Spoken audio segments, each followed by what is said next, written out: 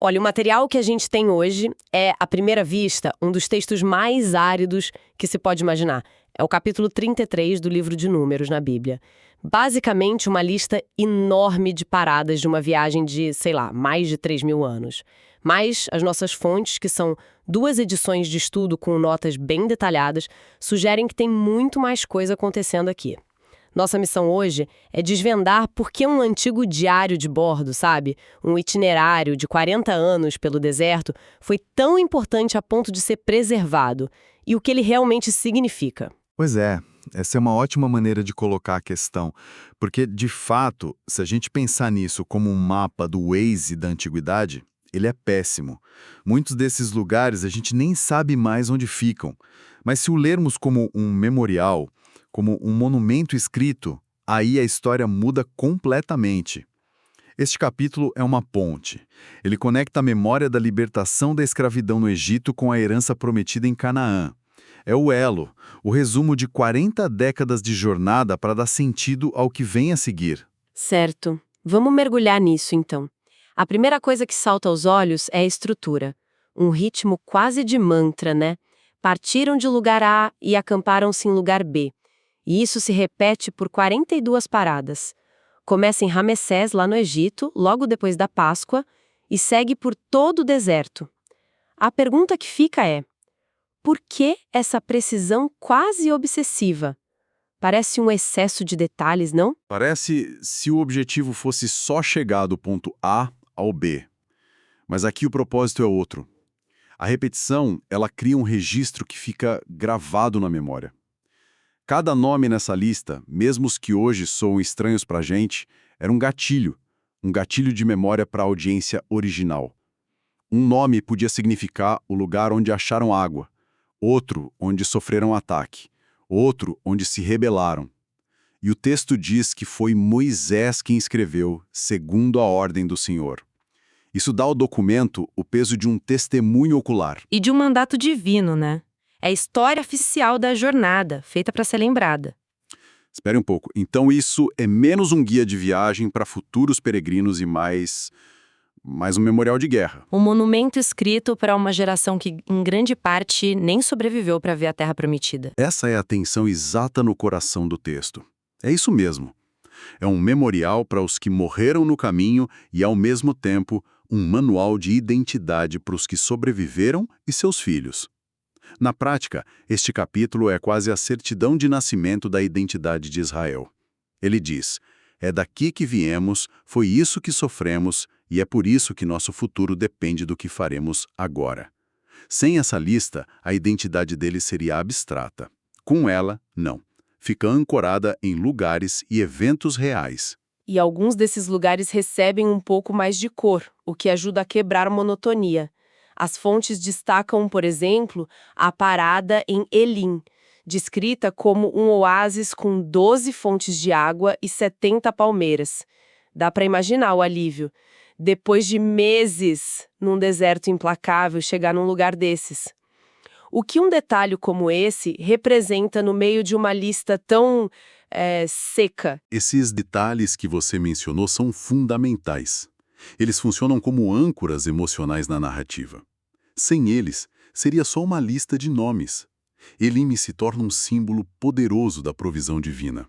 No meio do sofrimento, há descanso. No meio da sede, há abundância. É uma memória de esperança que eles precisavam carregar. E essa memória positiva contrasta com outras, de dificuldade. A lista também marca a morte de Arão no Monte Hor, aos 123 anos. Isso humaniza a jornada de uma forma brutal. Mostra que o custo foi real, que o tempo passou, que até a liderança envelheceu e morreu ali. Não é um conto de fadas. E as notas também mencionam que a localização exata de lugares cruciais, como o próprio Monte Sinai, é debatida até hoje. As fontes citam algumas possibilidades, como Jabel Helal ou o tradicional Jabel Musa. Mas parece que, para o autor do texto, a localização exata era menos importante do que o que aconteceu lá. Exatamente. O foco não é a geografia, é a teologia. O importante é que houve um Sinai, um lugar onde a aliança foi feita. A lista serve para dizer: Isso aconteceu no nosso espaço e no nosso tempo. A morte de Arão, o oásis de Elim, a entrega da lei no Sinai, são os pilares que sustentam a memória de um povo. Tudo bem. Então, a primeira metade deste capítulo é um olhar massivo para o retrovisor, consolidando 40 anos de memória, de sofrimento, de provisão. Mas, de repente, a narrativa para, o motorista vira para frente e o GPS dá umas instruções muito intensas para o destino final. O tom muda completamente. É uma virada de 180 graus. O povo está acampado nas campinas de Moabe, do outro lado do Rio Jordão, olhando para Jericó. A retrospectiva acabou. Agora vêm as ordens de marcha para a conquista. E elas são, assim, inequívocas e severas. Eles devem tomar posse da terra, expulsar todos os seus habitantes, destruir completamente suas imagens de culto, tanto as esculpidas quanto as de metal fundido, e demolir seus lugares altos. Vamos detalhar esse termo, lugares altos. As notas de estudo explicam que não se tratava só de lugares em colinas, mas de centros de culto cananeu, santuários ao ar livre dedicados às suas divindades. Então a ordem era por um reset cultural e religioso completo, sem misturar tradições. A mensagem parece ser de separação total. Precisamente, o objetivo era estabelecer uma sociedade radicalmente diferente, baseada só na aliança deles com Deus, livre de influências que, na perspectiva do texto, eram a causa da corrupção dos povos locais. E essa nova ordem se reflete até na forma como a terra seria distribuída. Não seria para o general mais forte ou para a tribo mais poderosa. O texto diz que seria por sorteio, e o tamanho do território proporcional ao número de pessoas. Isso é teologicamente revolucionário. Tira a glória da conquista humana e a atribui a uma distribuição divina.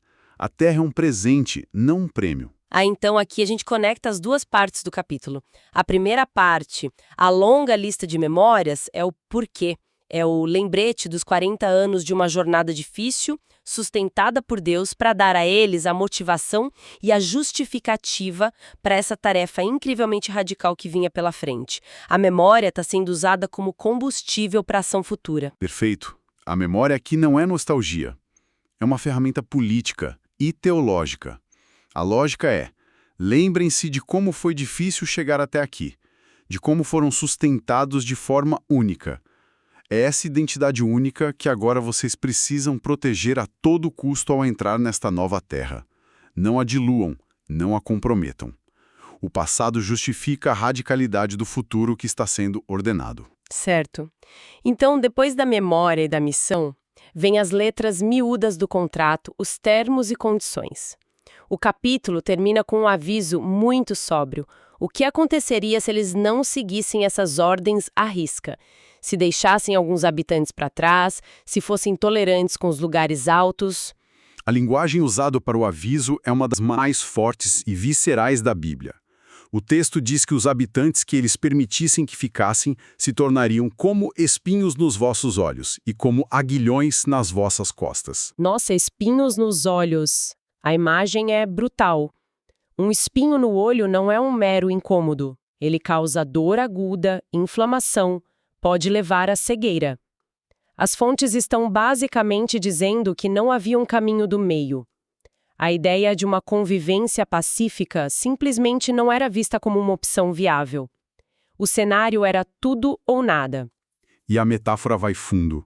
Um espinho no olho te impede de ver com clareza. Um aguilhão nas costas te atormenta constantemente. A mensagem é que a obediência parcial não levaria a uma paz parcial. Levaria a um conflito perpétuo, a uma irritação constante que os impediria de desfrutar da terra e que, eventualmente, os cegaria para a própria missão. Seria uma ferida que nunca cicatriza. E o aviso final é ainda mais pesado. Se eles falhassem, o texto diz que Deus faria com os israelitas o que planejava fazer com os cananeus. Ou seja, a própria promessa da terra era condicional. A posse e, mais importante, a permanência nela estavam amarradas à obediência. Isso levanta uma questão central para o resto da narrativa bíblica. Esse aviso final funciona como a tese para os livros que vêm a seguir: Juízes, Samuel, Reis. Grande parte da turbulência, das guerras, da idolatria e, finalmente, do exílio que Israel enfrenta, é interpretada dentro da própria Bíblia como consequência direta dessa falha inicial. Este capítulo, portanto, não é só um epílogo para a jornada no deserto. É o prólogo sombrio para a vida na Terra Prometida. O palco para os futuros conflitos é montado aqui. A gente começou com uma lista de nomes que parecia um apêndice chato. E terminamos com uma declaração de identidade nacional, um manual de conquista e uma profecia condicional que ecoaria por séculos. É uma aula sobre memória, preparação e as enormes consequências de um novo começo. No final, a grande ideia é que olhar para trás com honestidade é a única maneira de seguir em frente com propósito.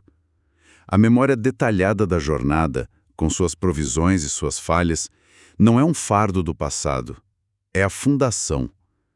Sem essa fundação, as ordens para o futuro pareceriam arbitrárias ou até cruéis. Com ela, elas se tornam, na lógica do texto, uma questão de sobrevivência e de identidade. O texto enfatiza a necessidade de remover completamente as influências do passado para construir um novo futuro. Isso levanta uma questão interessante para qualquer pessoa ou grupo iniciando um novo capítulo na vida, né?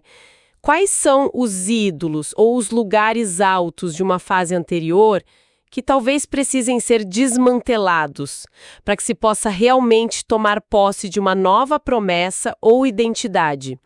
E qual é o equilíbrio delicado entre criar uma página em branco e integrar as lições do passado? E quais são os riscos de não fazer essa distinção com clareza?